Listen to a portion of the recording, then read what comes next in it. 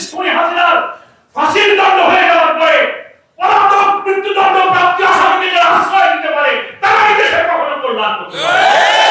নির্বাচনে শীর্ষ আসনে যারা প্রার্থী হবে তাদের বিপরীত ঝুঁকির মধ্যে পড়েছে নাকি বলেন?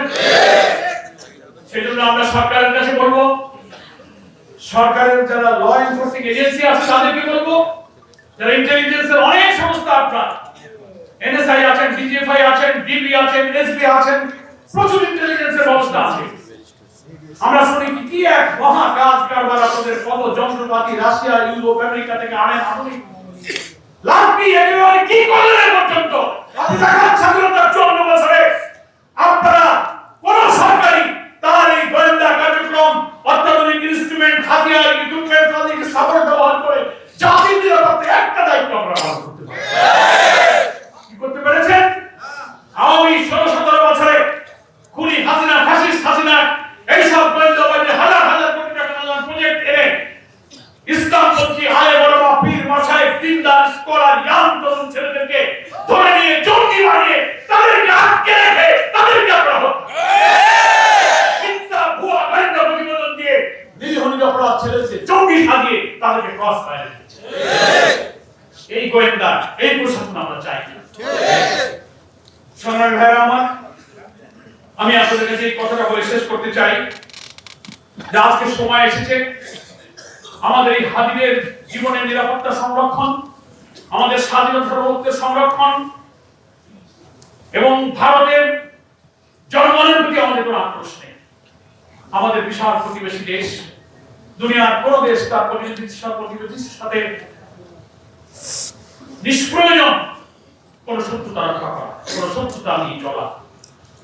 তবে ভারতের যারা সরকার, সাম্প্রদায়িক হিন্দুত্ববাদী সরকার যারা ক্ষমতায় এখন আছেন, বারবার যারা এসেছেন, তাই এদেশের স্বাধীন সত্তাকে বিকিয়ে দিয়ে এদেশের ইসলামী মূল্যবোধ ধ্বংসের জন্য তারা বারবার এদেশের মানুষের উপরে হত্যা ষড়যন্ত্র চাপিয়ে দিয়েছেন। আপনারা বর্ডার কিলিং করেছেন, আমাদের পানি সমস্যা, আমাদের অবিন নদীর সমস্যা, আপনারা ফেলানির মতো কাঁটাতারে ঝুলিয়ে রেখে দেশের মানুষকে হত্যা করা, আমাদের ট্রানজিট, আমাদের ট্রেড ব্যালেন্স সবকিছুকে পরিকল্পিতভাবে আপনারা ধ্বংস করেছেন। আমরা সম্পর্ক চাই, কিন্তু সেই সম্পর্ক চাই ন্যায্যতা এবং সমতা। বিপ্লবী অ্যাটিটিউড নিয়ে আপনি আমাদের শাসন করবেন, আপনি যেমন স্বাধীন, আমরাও বাংলাদেশ একটি স্বাধীন দেশ। আমাদের পররাষ্ট্রনীতি, আমাদের অর্থনীতি, রাজনীতি আমরা স্বাধীন হব। আমার দেশের কে নির্বাচনে যাবে আর যাবে না, কে সরকার গঠন করবে আর করবে না, that is up to be, এটা আমাদের দেশের জনগণের। আপনি ওখান থেকে এসে পররাষ্ট্র প্রতিমন্ত্রী, পররাষ্ট্র সচিব এক এক সময় এক এক গোয়েন্দা এসে শপথ করে বলবেন যে আপনারা নির্বাচনে যান, তা না হলে কিন্তু মৌলবাদরা ক্ষমতায় চলে যাবে। এই কথা বলার অধিকার কোন দেশের নেই। এগুলোই আপনারা এককাল করেছেন। আজকে যখন একটা অবাধ নিরপেক্ষ স্বচ্ছ নির্বাচনের জন্য জাতি প্রস্তুত হচ্ছে, সবাই আমরা মিলে সহযোগিতা করছি, এটা এখন তাদের গাত্রদাহ তো হবেই। স্বচ্ছ নিরপেক্ষ বিচারে ফ্যাসিস্ট খুনি হাসিনার ফাঁসির দণ্ড হয়ে যাওয়ার পরে পলাতক মৃত্যুদণ্ড প্রাপ্ত আসামিকে যারা আশ্রয় দিতে পারে তারাই দেশের কখনো কল্যাণ করতে পারে। আন্তর্জাতিকভাবে ইন্টারপোলের রেড অ্যালার্ট জারি করা হয়েছে, সব আসামিরা আপনার দিল্লি, কলকাতায় ঘুরে বেড়াচ্ছে। আপনি কিসের কল্যাণ চান? আপনি যদি কোনো আন্তর্জাতিক কনভেনশন, জেনেভা কনভেনশন, আন্তর্জাতিক আইন সবকিছু জাতিসংঘের সনদের প্রতি শ্রদ্ধা থাকে, এই দেশের সহস্রাধিক মানুষকে যারা হত্যা করেছে, 40,000 লোককে যারা ক্ষতবিক্ষত করেছে, সেই চিহ্নিত প্রমাণিত আদালতের সেই অপরাধী ফাঁসির আসামিকে আপনি জাতির সামনে সমর্থ করেন, আইনের সমর্থকে প্রমাণ করেন যে আপনি আন্তর্জাতিক আইন মানেন।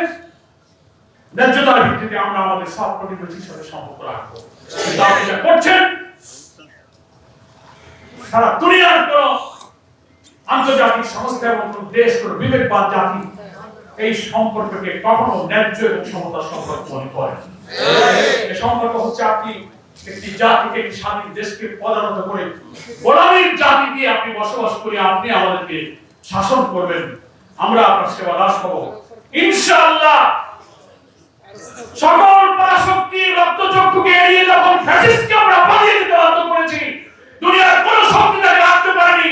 আগামী দিনে নতুন বাংলাদেশ গড়ার এই স্বপ্ন কেউ ইনশাআল্লাহ ব্যক্ত করতে পারবে।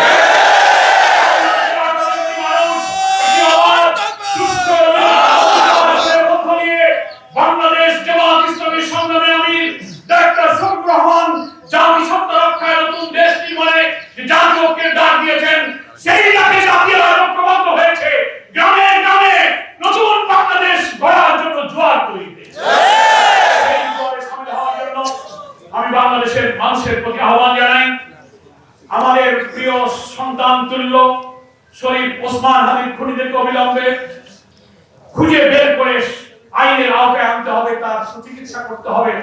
আর যেন একটি প্রাণ না যায়, আর যেন কোন জুলাই যোদ্ধা দেশপ্রেমিক আধিপত্যবাদ বিরোধী সৈনিকের উপরে আক্রমণ না হয়, এভাবে আমাদের সরকারকে কঠোর নজরদারি করতে হবে।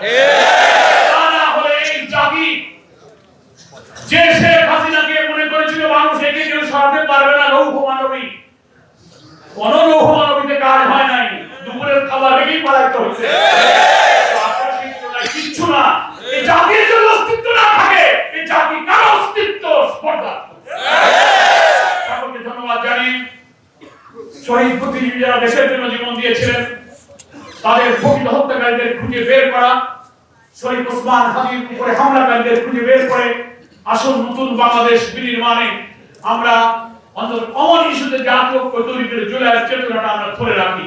আমরা দুর্নীতিমুক্ত সমাজ চাই, সোশ্যাল জাস্টিস চাই, একটি নৈতিকতার ভিত্তিতে কারিগরি উৎপাদনমুখী শিক্ষা চাই, তরুণ যুবকদের শিক্ষা, কর্মসংস্থান, ব্যবসা বাণিজ্যের কন্টিনিউয়াস প্রসপেয়ার হয় এমন একটা দেশ আমরা চাই।